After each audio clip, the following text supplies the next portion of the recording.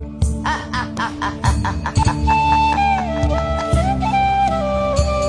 जरा आमच्या नावाचा ध्यास लागतो तर शुद्धीत राहते.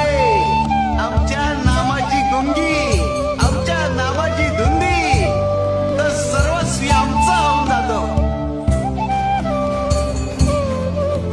ज्याचे भाग्य चांगलं असेल त्याला आमच्या नामाचा छंद लागेल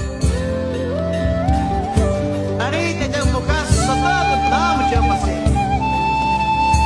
आमच्या नामाची गोडी निर्माण होईल. ध्यानी मनी स्वप्नी ही नाम संजीवनी वदनी असेल. त्याला निरंतर सुखाची प्राप्ती होईल. तसं मधाचं सेवन करण्यासाठी भ्रमर कमळ फुलात गुंतून पडतो आणि अत्यंत आनंदाने आणि आदराने मधाचा आस्वाद घेतो. आमच्या भक्ताचे मन आमच्या नामाचे ध्यान लागून उच्च पातळीवर स्थिर होते. मन नामात एकाग्र होईल. त्याची चंचलता नाहीशी होईल आणि त्याचे उन्मन होईल.